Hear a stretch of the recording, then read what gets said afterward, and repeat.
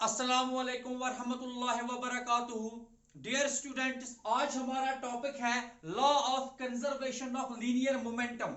ये बहुत ही इंपॉर्टेंट है for your board exams as well as for your competitive exams. ये कभी आपको डेरिवेशन पूछी जा सकती है कि state and prove law of conservation of linear momentum, या फिर इसके रिलेटेड न्यूमेरिकल्स हमारे एग्जाम में पूछे जा सकते हैं। So first we will understand the statement of this law, then we will prove it, और उसके बाद हम कुछ न्यूमेरिकल्स करेंगे जिनमें हमें यूज करना पड़ेगा law of conservation of linear momentum का। तो सबसे पहले स्टेटमेंट क्या है, what this law states.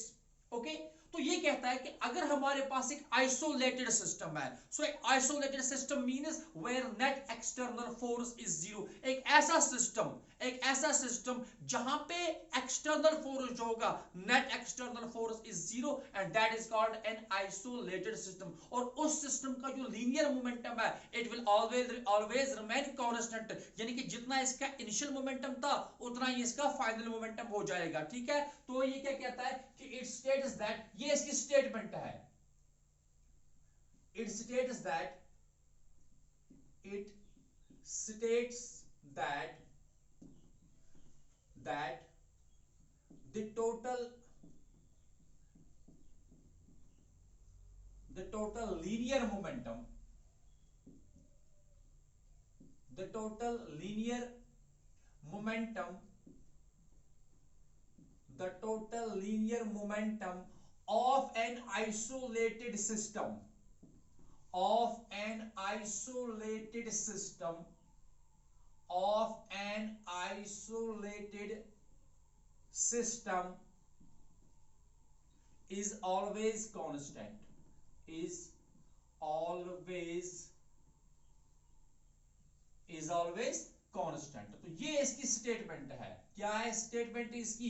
The total linear momentum of N isolated system is always constant. अगर हमारे पास एक आइसोलेटेड सिस्टम है जिसके ऊपर एक्सटर्नल फोर्स जो होगा, नेट एक्सटर्नल फोर्स क्या होगा, जीरो होगा, तो इसका लीनियर मोमेंटम जो है दैट विल रिमेन कांस्टेंट। यानी कि कांस्टेंट रहने का मतलब क्या है, जितना इसका इनिशियल वैल्यू होगा उतना ही फाइनल वैल्यू होगा। यानी कि initial momentum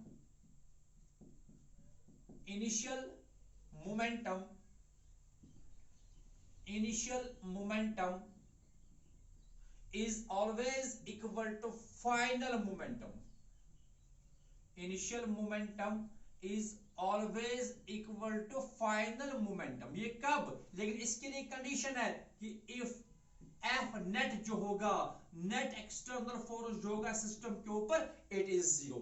you can also write कि लीनियर मोमेंटम को हम P से रिप्रेजेंट करते हैं, so we can write PI, यानी कि initial momentum it is equal to PF final momentum. कब?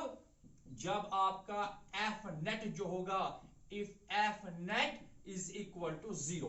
So this is the statement of this law, that is the law of conservation of linear momentum। यानी कि एक system का linear momentum constant रहेगा अगर इसके ऊपर नेट एक्सटर्नल फोर्स जो होगा वो जीरो है।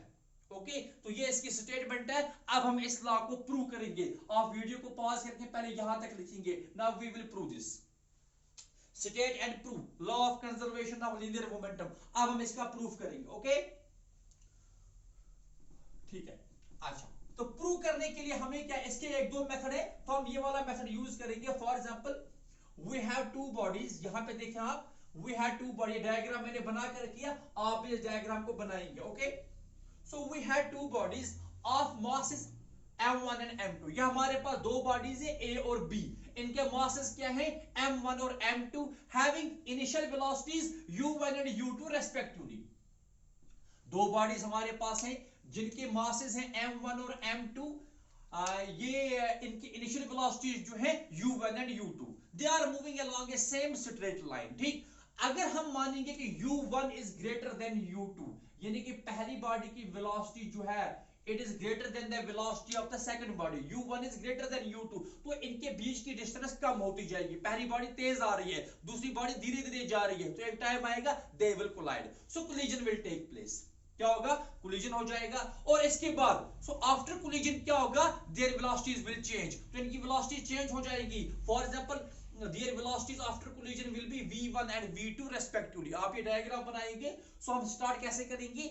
Let us consider two bodies of mass, two bodies A and B of masses m1 and m2 moving with initial velocities u1 and u2 respectively, such that u1 is greater than u2.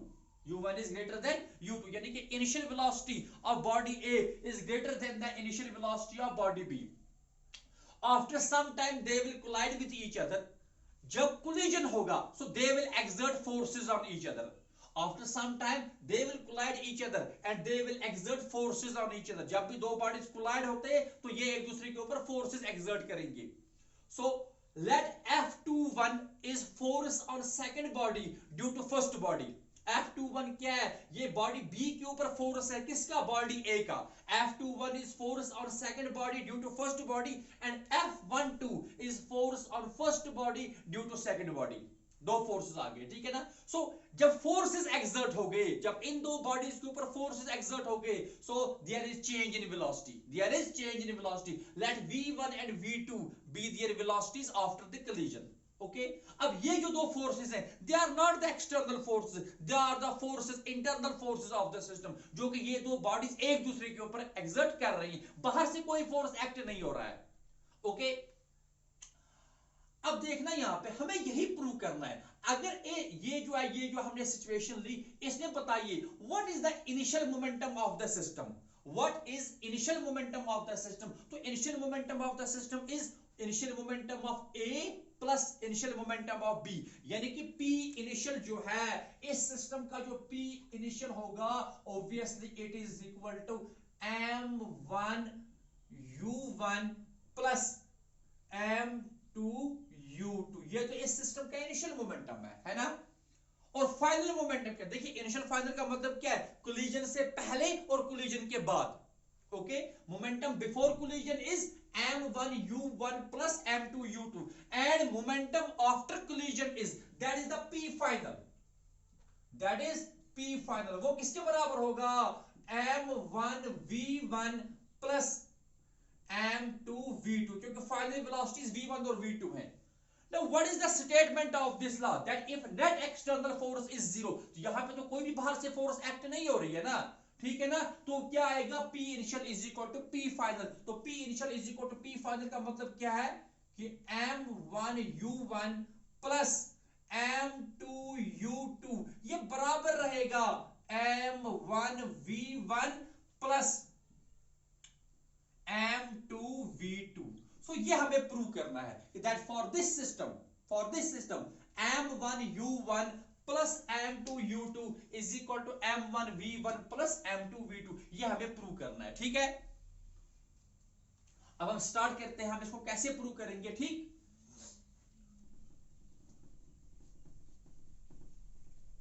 हम किसी एक body को लेंगे. ठीक, तो आप लिखोगे initial momentum of body A.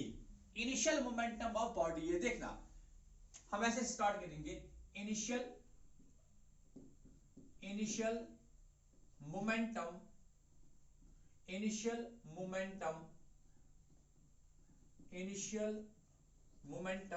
Of body A, यानी ए बॉडी का इनिशियल मोमेंटम. शाबाश, किसके बराबर आएगा ये? It is equal to m1 u1. ठीक, initial momentum of body A किसके बराबर आया? m1 u1. और final momentum of body A, इसी बॉडी का final momentum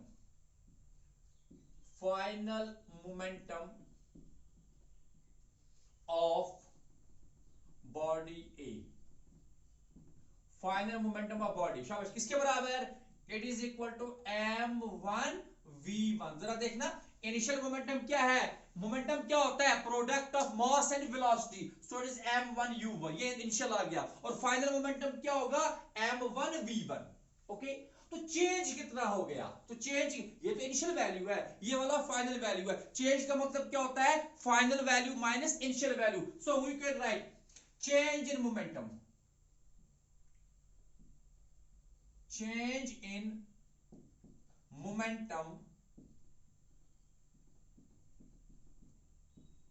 change in momentum of body A. Change in momentum of body है। शाबाश, किसके बराबर आ जाएगा वो चेंज बराबर आ जाएगा m1v1 यानी कि फाइनल मोमेंटम माइनस m1u1, ठीक है ना। So this is the change in momentum of body A. अच्छा, ना बॉडी ए के ऊपर कौन सा फोर्स एक्ट हो रहा है, जरा यहां पे देखना, हम किस बॉडी की बात कर रहे हैं, बॉडी ए, ठीक है ना। तो यहां पे देखिए during the collision what is the force on the body A, that is F12, ठीक। Let we assume that this collision it occurs only for a small time, that is delta t। यानी कि ये जो collision है ये बहुत ही कम समय के लिए एग्जिस्ट हुआ, that is the for time delta T, इतना ही टाइम लगा। इसके बाद ये बॉडीज फिर से अलग हो गई, देखिए ना, कोलिजन हो गया, बॉडीज अलग हो गई, ठीक है ना। तो वो टाइम हमने किससे रिप्रेजेंट किया, डेल्टा टी से। ओके, तो हम ये लिख सकते हैं कि द इंपल्स ऑफ फोर्स, देखिए इंपल्स आपको पता है, इंपल्स बराबर होता है किसी भी फोर्स का जो इंपल्स होगा वो फोर्स इनटू टाइम होता है। तो बॉडी ए के ऊपर फोर्स कितना आ रहा है, F12, टाइम कितना लग रहा है, डेल्टा टी। तो हम लिखेंगे the impulse of force, the impulse of force, the impulse of force acting on the impulse of force acting on body A, the impulse of force acting on body A is given by, shabash, is given by, देखना,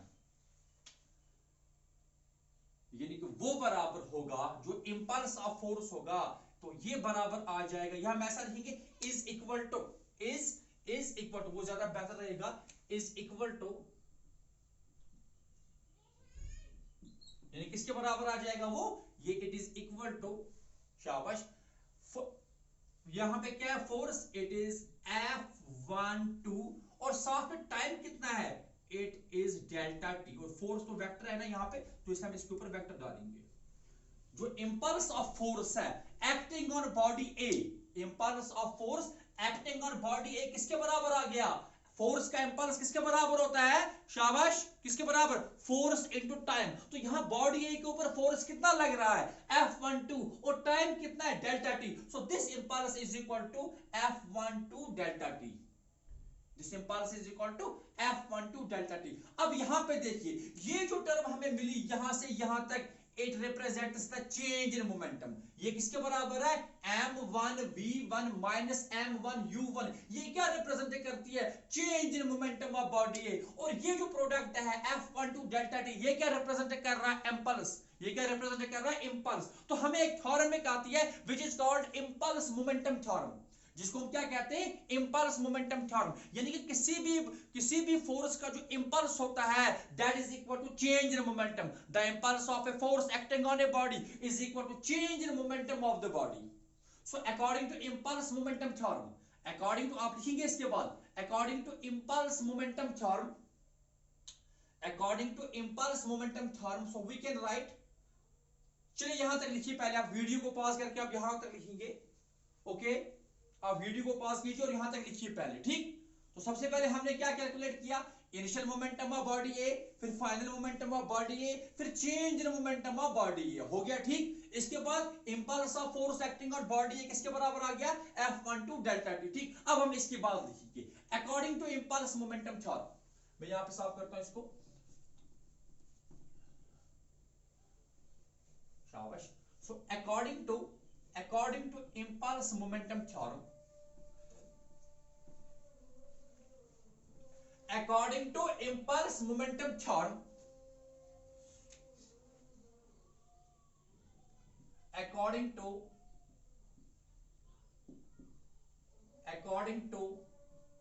impulse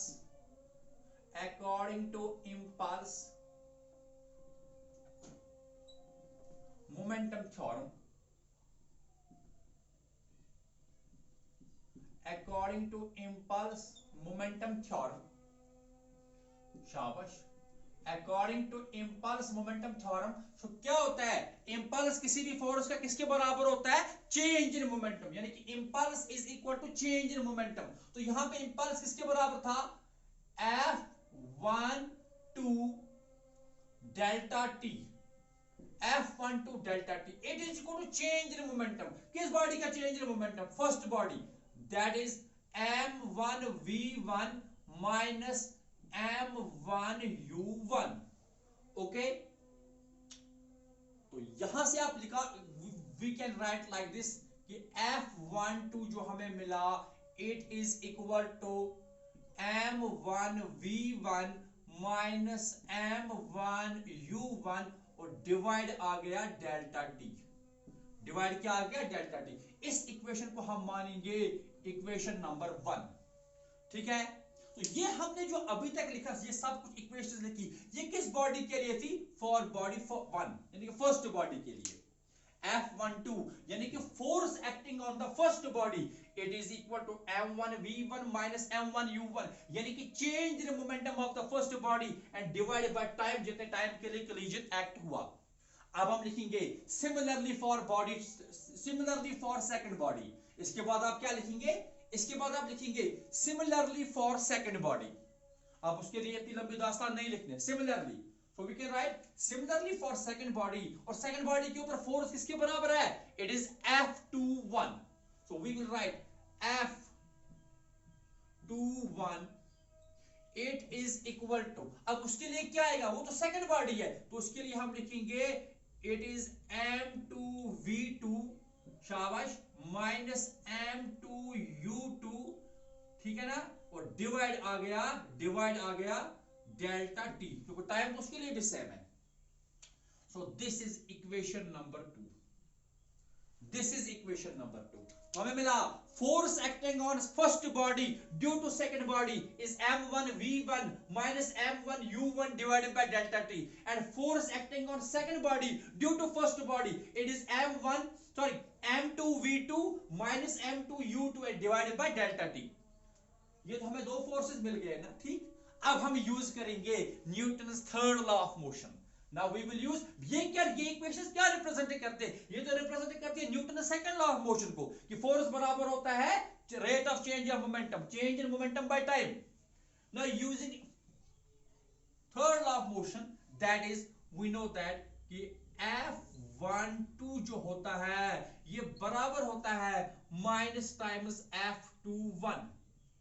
okay, F12 is equal to minus times F21, this is equation number 3, ठीक। Action is equal to minus times reaction, तो ये equation first और second को हम use करेंगे in equation 3। Video को pause कीजिए और यहां तक लिखिए पहले, बहुत ही आसान सी डेरिवेशन है बट बहुत ही इंपॉर्टेंट है, ठीक। हमें क्या मिला, F, पहले इक्वेशंस मिली हमें अलग से F12 और F21, और हमें यूज करनी है Newton's third law of motion, we have to use, that is F12 is equal to minus times F21। चलिए यहां पे लिखते हैं,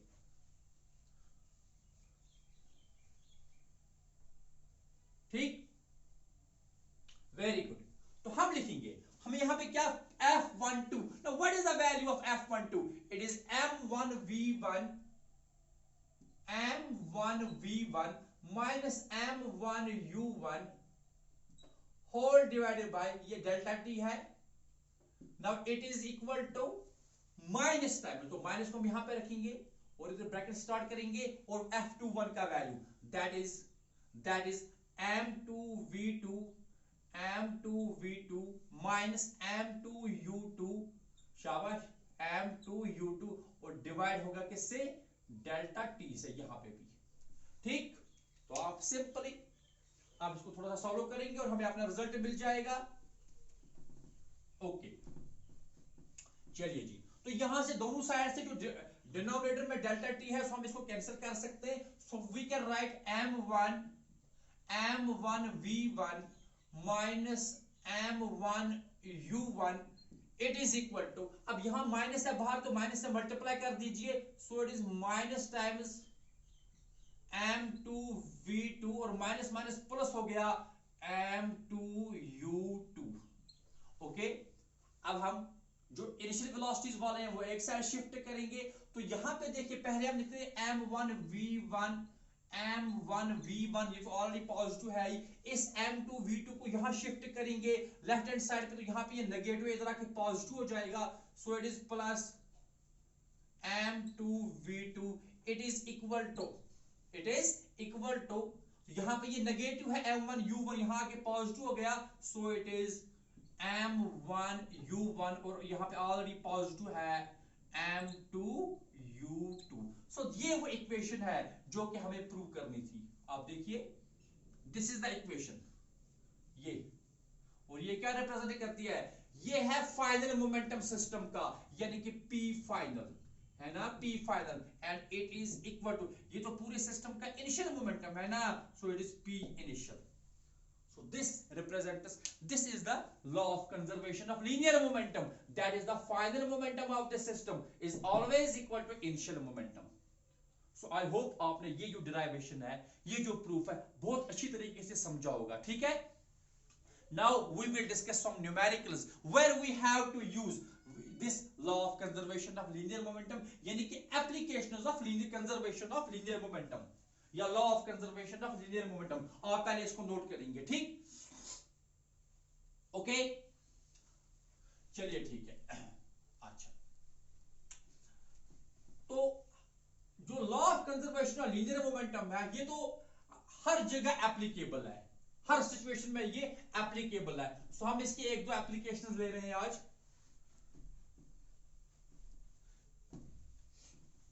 ओके, तो पहले एक एप्लीकेशन है, that is the recoil velocity of gun. Recoil velocity of gun, it is recoil velocity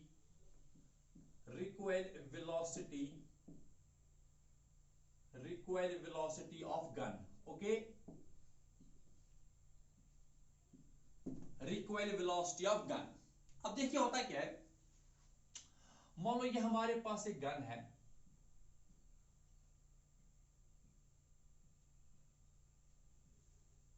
ये हमारे पास एक गन है, ठीक, ऐसे, और यहां पे एक बुलेट है, ठीक।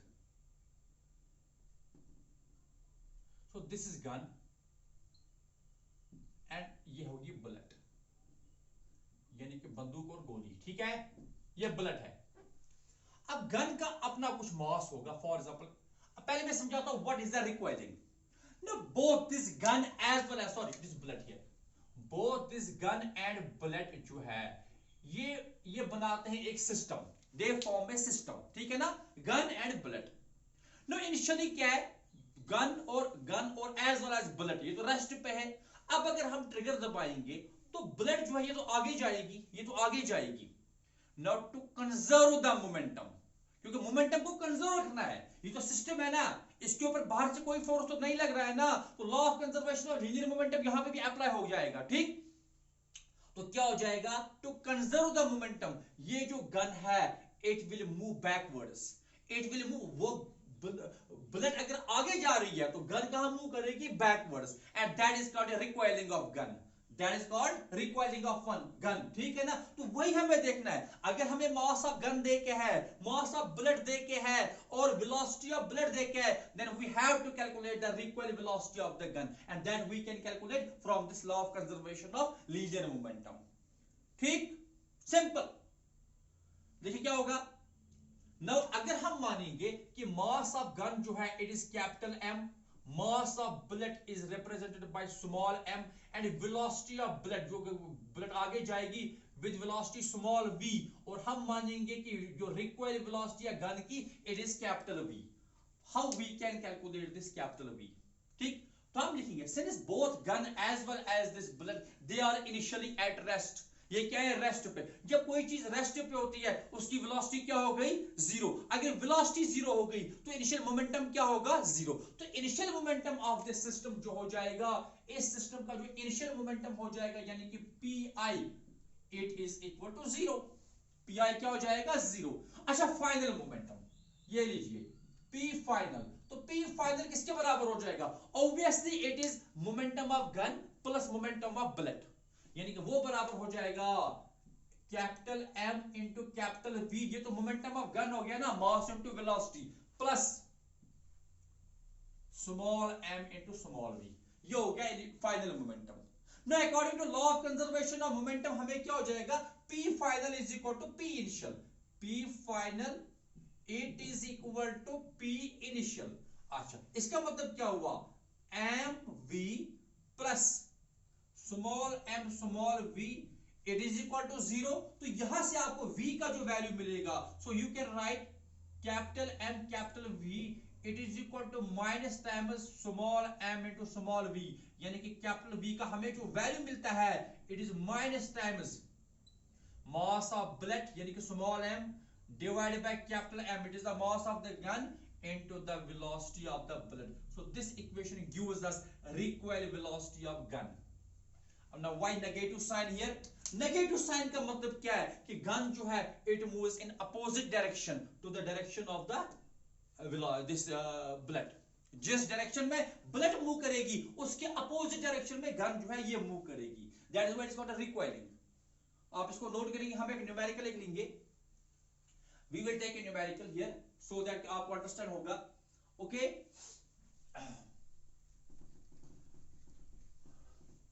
ये आसान सा न्यूमेरिकल है बट एग्जाम में पूछा जाता है ये। ओके, चलिए मान लो हमारे पास क्या है, हमारे पास क्या है, एक गन हमारे पास है, ये एग्जांपल नंबर 1 हम लेते हैं यहाँ पे कि हमारे पास क्या है कि हम स्टार्ट ऐसे करते हैं कि ए बुलेट जो है, ए बुलेट ऑफ मास, हम ऐसा लिखेंगे, आप साथ साथ लिखेंगे इस क्वेश्चन को, a bullet of mass, a bullet of mass 50 gram, bullet of mass 50 gram, यानी कि m जो है स्मॉल m, मास किसका, बुलेट का, ये स्मॉल m से रिप्रेजेंट हो रहा है 50 ग्राम है, यानी कि it is 50 gram. Okay, is fired from a gun of mass 4 kg, कितना, 4 kg. A bullet of mass 50 gram is fired from a gun of mass 4 kg. If velocity of bullet यानी कि small v, if velocity of bullet is 200 meter per second, if velocity of bullet is 200 meter per second, find recoil velocity of gun, यानी कि आपको ढूंढना है find recoil velocity of gun, it is the capital V। Question क्या है, एक bullet है, उसका मास कितना है 50 ग्राम, it is fired from a gun of mass 4 kg, if velocity of bullet is 200 meter per second, find the recoil velocity of gun। Simple सा question है। अब देखिए, so we will use that concept of recoiling of gun कि हमें पता है कि initial momentum, तो इनिशियल मोमेंटम कितना हो गया, 0, क्योंकि both gun as well as bullet they are at rest. अच्छा, तो फाइनल मोमेंटम कितना हो गया, ऑब्वियसली फाइनल मोमेंटम कितना हो जाएगा, इट विद, हम ये मानेंगे कि लेट जो गन है it moves with velocity v, तो फाइनल मोमेंटम हो जाएगा mass of gun into velocity of gun plus हो जाएगा mass of bullet into velocity of bullet. ठीक, तो P final is equal to P initial जब हम यूज करेंगे तो हमें रिकॉइल वेलोसिटी ऑफ गन की एक्सप्रेशन क्या आती है, so it is minus times mass of gun divided by mass of bullet into velocity of bullet. ठीक, अब हम वैल्यूज पुट करेंगे, बट एक बात आप ध्यान रखना, एक बात का खास ख्याल रखना होता है कि यहाँ पे mass of bullet is in gram, ये ग्राम में है, और mass of gun is in KG, तो यहाँ पे आपको एक ही यूनिट में इसको एक्सप्रेस करना है। देखिए वेलोसिटी तब मीटर पर सेकंड में आएगा जब आपको हर एक क्वांटिटी ऐसा सिस्टम में होगा। सो पहले मैं आपको समझाता हूँ यहाँ पे। अच्छा, ये 50 ग्राम है, देखना m जो है ना, m स्मॉल m, ये कितना है 50 ग्राम। अच्छा, ग्राम कैसे कन्वर्ट करेंगे केजी में, so 1 gram is equal to 10 raise to power -3 KG. So हम इसको ऐसे लिख सकते हैं, it is 50 into 10 raised to power -3 kg, तो ये हो गया केजी में कन्वर्ट। ठीक, अब हम यहां पे लिखेंगे, so now we will write कि v हमारा जो आ गया इट इज माइनस टाइम्स, शाबाश, m के बदले क्या लिखेंगे 50 into 10 raised to power -3 और डिवाइड हो गया, ये तो आ गया स्मॉल m का वैल्यू डिवाइड कैपिटल M का वैल्यू कितना है 4 और मल्टीप्लाई किससे करेंगे, मल्टीप्लाई करेंगे velocity of bullet, it is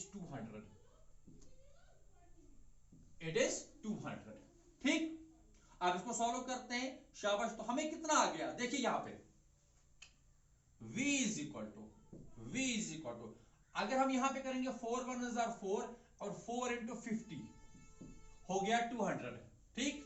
तो 50 इंटू 50 हो गया 2500 माइनस टाइम्स, तो यहां पे आ गया 50 इंटू 50 कितना हो गया, ये 50 और ये 50 मल्टीप्लाई में कितना आ गए 2500, और मल्टीप्लाई किससे कर दिया 10 रेज़ टू पावर -3 से। तो जब आप इसको सॉल्व करोगे सो v आपका आ जाएगा minus times 2.5 metre per second. This is the answer. Thus the recoil velocity of gun is 2.5 metre per second. और नेगेटिव साइन का मतलब क्या है कि गन जो है it will move opposite to the bullet. Okay, so ये हमारे पास थी पहली एप्लीकेशन किसकी, law of conservation of linear momentum की। ओके, आप इसको नोट करेंगे। अब एक और चीज है, that is called explosion of बम और एक्सप्लोजन ऑफ शेल, जो भी आपको अच्छा लगे।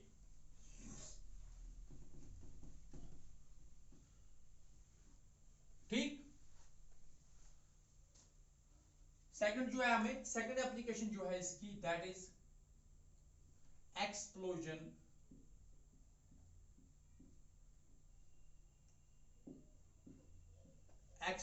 Of shell. ठीक है, अच्छा, शेल बोलिए या बॉम्ब बोलिए, जो आपको अच्छा लगे। ठीक है, ओके। अब देखिए,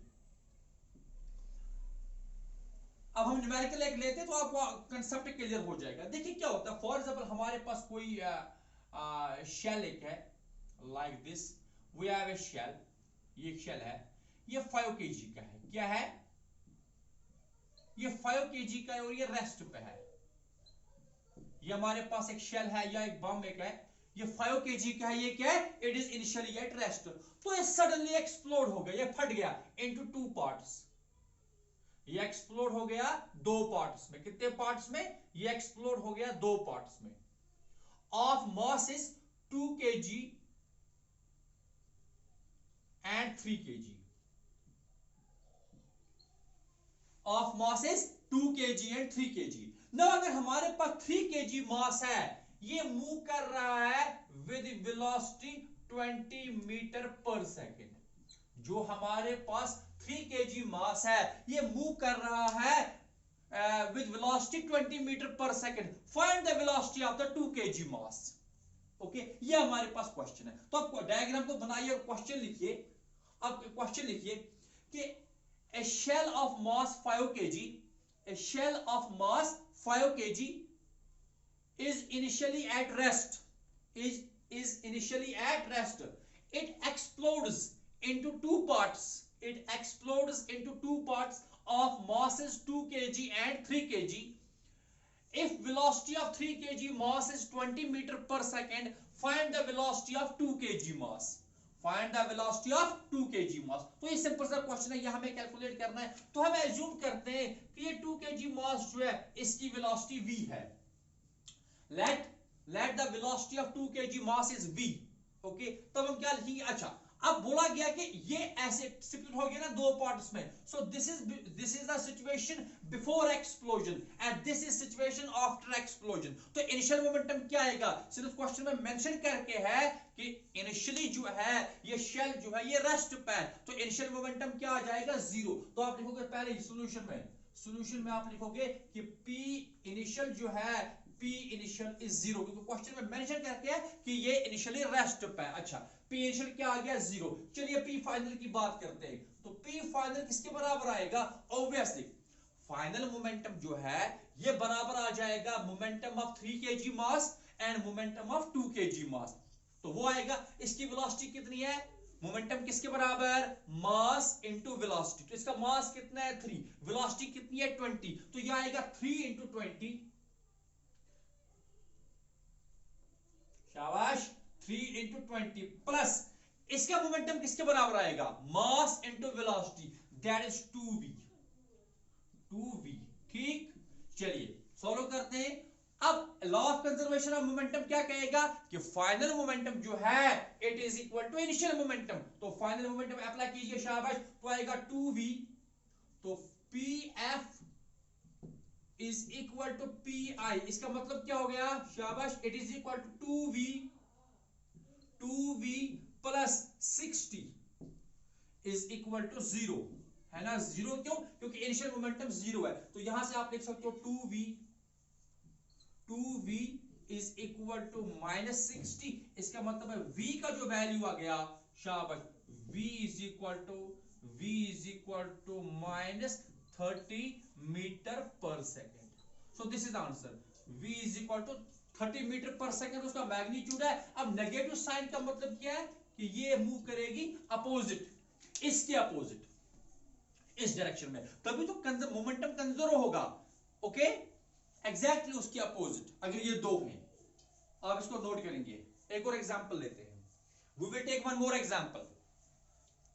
ओके, चलिए ठीक है, चलिए यही क्वेश्चन लेते हैं, यही डेटा लेते हैं, ठीक है ना, ज्यादा इसमें चेंज नहीं करेंगे हम, बट हम ऐसा अज्यूम करेंगे कि अब ये जो शेल है ये इनिशियली खुद भी मूव कर रही है, ये इनिशियली खुद भी मूव कर रही है ऐसे। तो मान लीजिए ये इनिशियली मूव कर रही है खुद ये 10 मीटर पर सेकंड से, कितना, 10 मीटर पर सेकंड से। चलिए आप क्वेश्चन लिखिए, फिर से वही क्वेश्चन है सिंपल, कि हमारे पास क्या, a shell which is initially moving with a velocity of 10 meter per second, which is initially moving with a velocity of 10 meter per second, explodes into two parts of masses 2 kg and 3 kg, of masses 2 kg and 3 kg. Now if velocity of 3 kg mass is 20 meter per second, find the velocity of 2 kg mass. Simple सा question है, very good. अब यहां पे देखिए solution. अच्छा, अब यहां पे देखिए व्हाट इज पी इनिशियल। अब पी इनिशियल 0 नहीं आएगा, क्यों नहीं 0 आएगा, क्योंकि ये रेस्ट पे तो नहीं है ना, ये मूव कर रही है विद सम वेलोसिटी, तो किस क्या आएगा momentum, 5 into 10 mass into velocity, so it is 5 into 10 यानी कि ये 50 आ गया इनिशियल मोमेंटम कितना, 50। अच्छा, मोमेंटम का यूनिट क्या है, मास इनटू वेलोसिटी, यानी कि केजी, अगर आप यूनिट के साथ लिखेंगे so it is kg metre per second. Okay, हो गया इनिशियल मोमेंटम। चलिए फाइनल मोमेंटम, पी फाइनल। अच्छा, पी फाइनल क्या आएगा, ऑब्वियसली इसका मोमेंटम आएगा 2v प्लस हो जाएगा 3 into 20 60। ठीक, ये भी तो ठीक है। अब आप यूज करेंगे P final is equal to P initial, P final is equal to P initial, तो we can write 2v plus 60 is equal to 50, है ना। इनिशियली क्या है 50, तो आपको आएगा 2v is equal to 50 minus 60, यानी कि 2v is equal to minus 10, तो v कितना आ गया, v आ गया माइनस 5 मीटर पर सेकेंड। अब जो वेलोसिटी है इसकी 2 kg मास की, it is 5 metre per second opposite to the velocity of the 3 kg mass. Okay, इसको आप नोट करेंगे। अब हम एक और एग्जांपल लेंगे जिसमें कि हम एक शेल को एक्सप्लोर करेंगे इन 3 पार्ट्स, वो भी एग्जांपल करते हैं। ओके,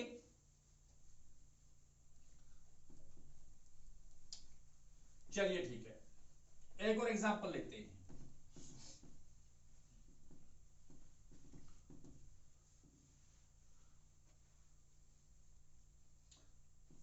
देखिए यहां पे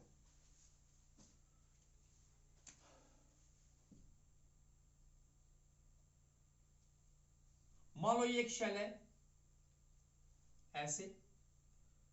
ओके,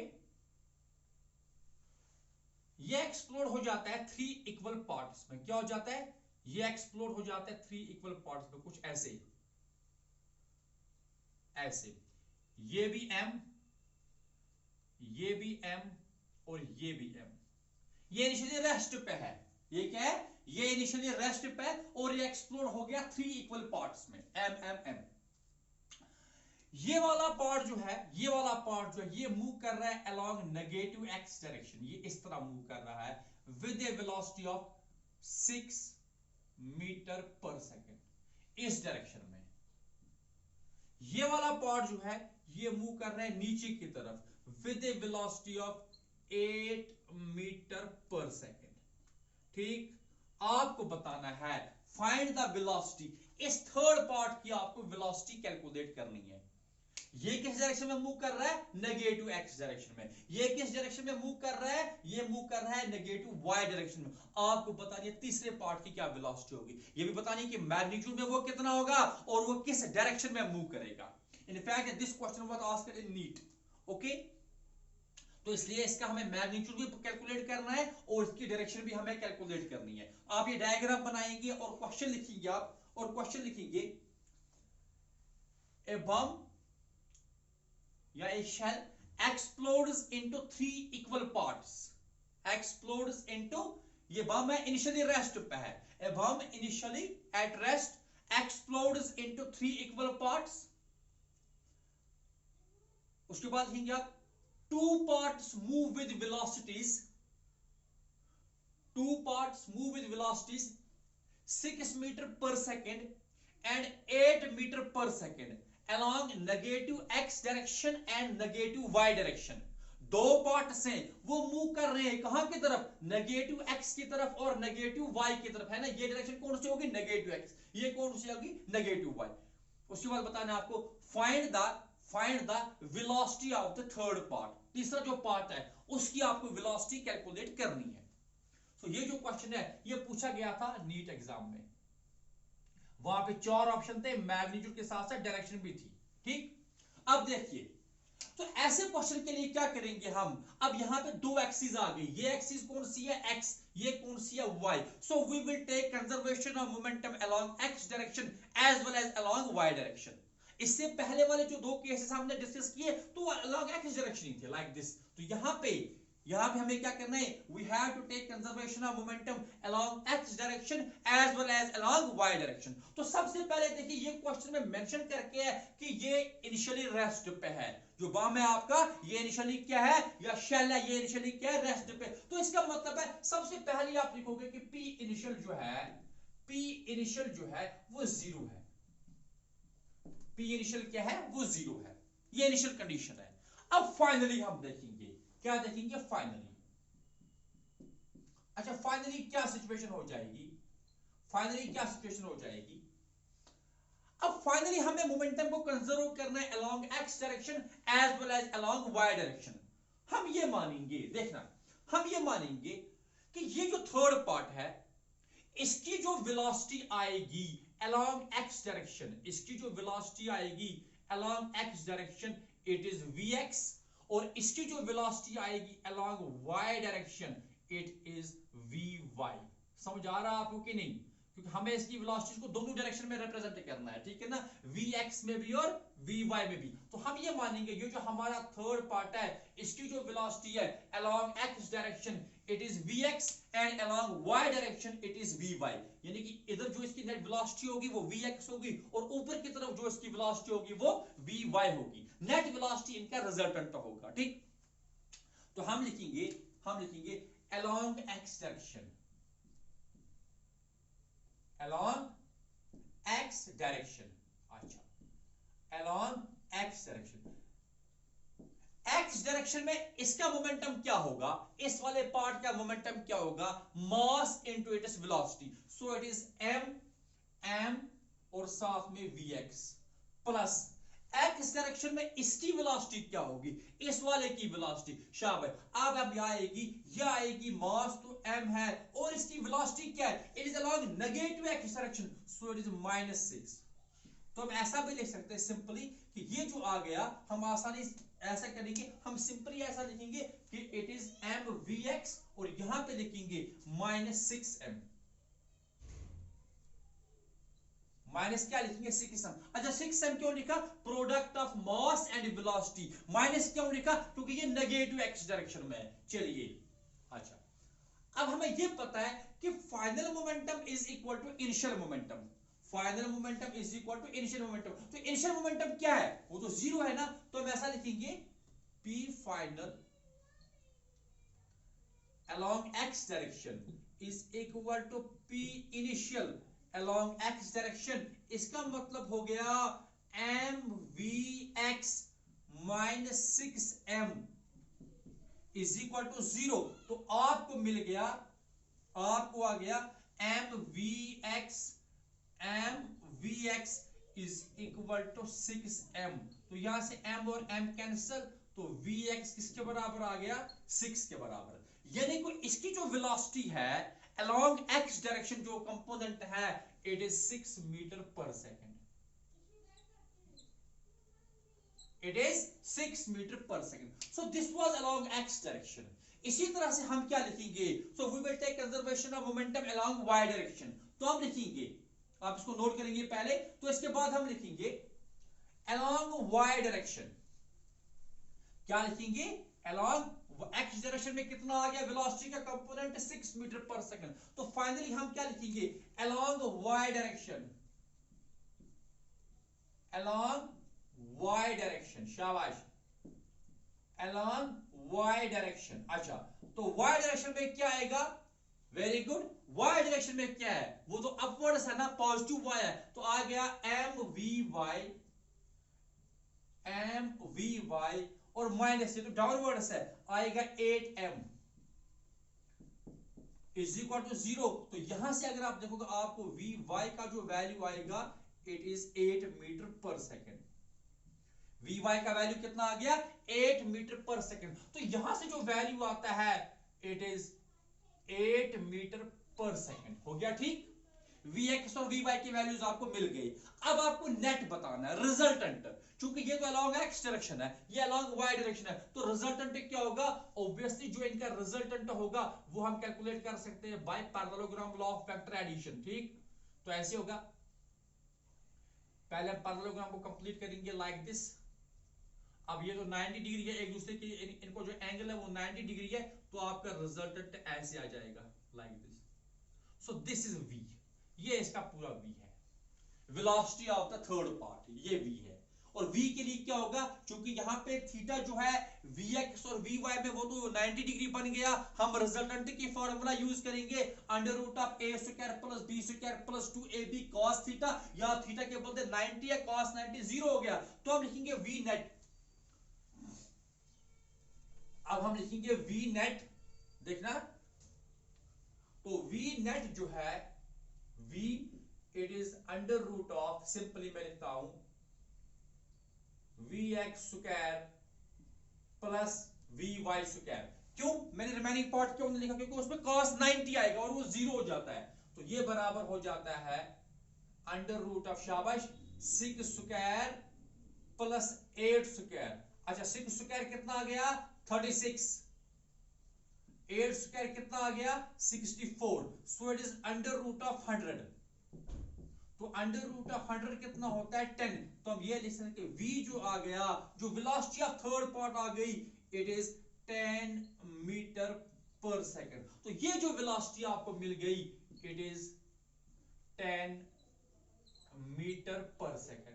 तो ये इसका मैग्नीट्यूड है, जो थर्ड पार्ट की वेलोसिटी है, इसका मैग्नीट्यूड कितना आ गया, 10 मीटर पर सेकंड। अब सवाल पैदा होता है ये किस डायरेक्शन में है, डायरेक्शन, तो डायरेक्शन के लिए हम ये मानेंगे, let this velocity makes an angle theta, ये जो वेलोसिटी है it makes an angle theta with the x direction, x axis के साथ इसका एंगल कितना आ गया, थीटा।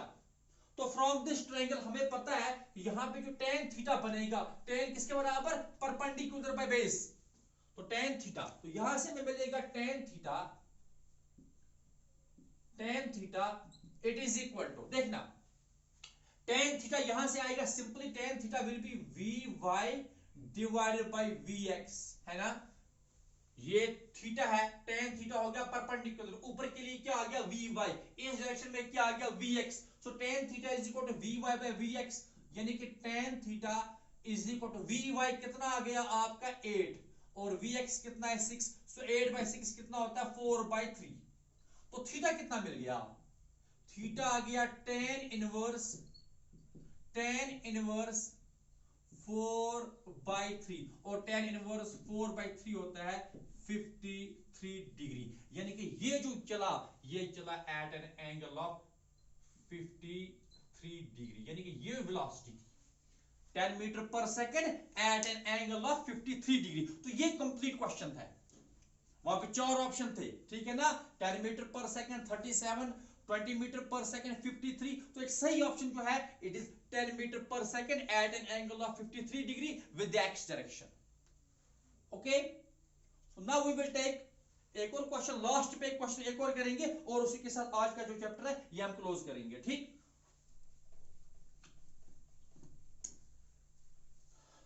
ओके,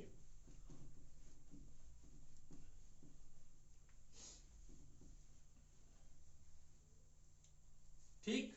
तो ये एक न्यूमेरिकल है जो कि आपकी बोर्ड एग्जाम में भी एक बार पूछी गई थी। क्वेश्चन कुछ इस तरह से है कि हमारे पास एक बम है, we have a bomb which is initially at rest. वो इनिशियली क्या है, वो इनिशियली रेस्ट पे है। मान लिए ये इनिशियली रेस्ट पे है, ऐसे ये रेस्ट पे है। अगेन क्वेश्चन है कि ये एक्सप्लोड हो जाता है, ये एक्सप्लोड हो जाता है इन 3 इक्वल पार्ट्स, कुछ इस तरह से ये एक्सप्लोड हो जाता है इन 3 इक्वल पार्ट्स। मानिए एम और एम, ये एक्सप्लोड हो गया इन 3 इक्वल पार्ट्स। अब जो 2 पार्ट्स है, एक की वेलोसिटी हो जाती है, ये जो वेलोसिटी है इसकी वेलोसिटी जो है it is negative 2p i cap. Okay, यानी कि 2p i कैप, यानी कि मैग्नीट्यूड में ये 2p है और i कैप का मतलब क्या, अलोंग x डायरेक्शन है ना, वेक्टर है ना, यूनिट वेक्टर। और नेगेटिव का मतलब क्या, नेगेटिव x डायरेक्शन में। एक और है ये वाला पार्ट जो है, इसकी जो वेलोसिटी है, इसकी जो वेलोसिटी है it is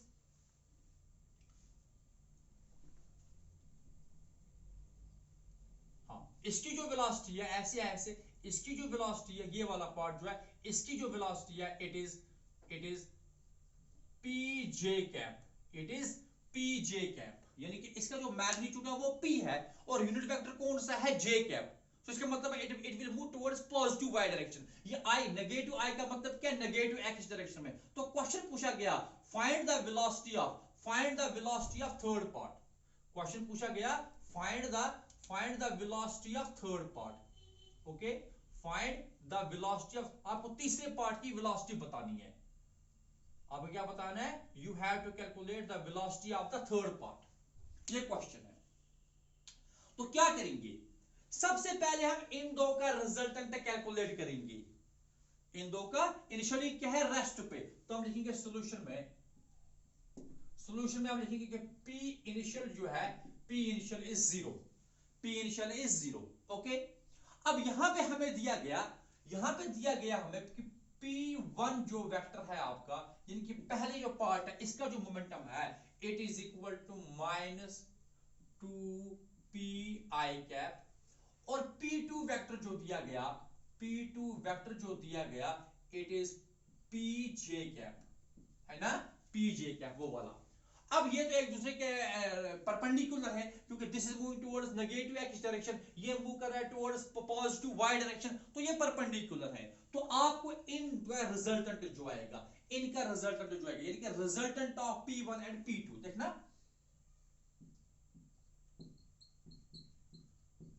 resultant of P1 and resultant of P1 and P2, इनका रिजल्टेंट जो है, यानी कि मैं उसको P से रिप्रेजेंट करूंगा, यानी कि या P डैश से रिप्रेजेंट करेंगे, ठीक, P डैश से रिप्रेजेंट करेंगे, वो बराबर आएगा अंडर रूट ऑफ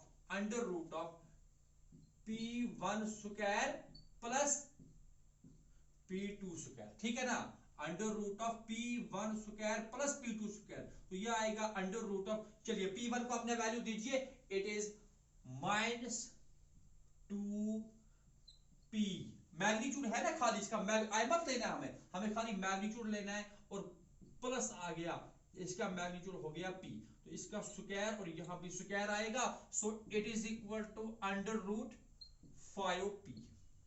ये क्या गया, it is equal to under root 5p, यानी कि ये जो दो वेक्टर्स हैं, ये जो दो इसका मोमेंटम और P1 है, P1 किसके बराबर आ गया, ये P1 हमारा है, ये वेक्टर में है, और ये P2 हमारा है, और इनका मोमेंटम किसके बराबर, इनका रिजल्टेंट किसके बराबर आ गया, √5p।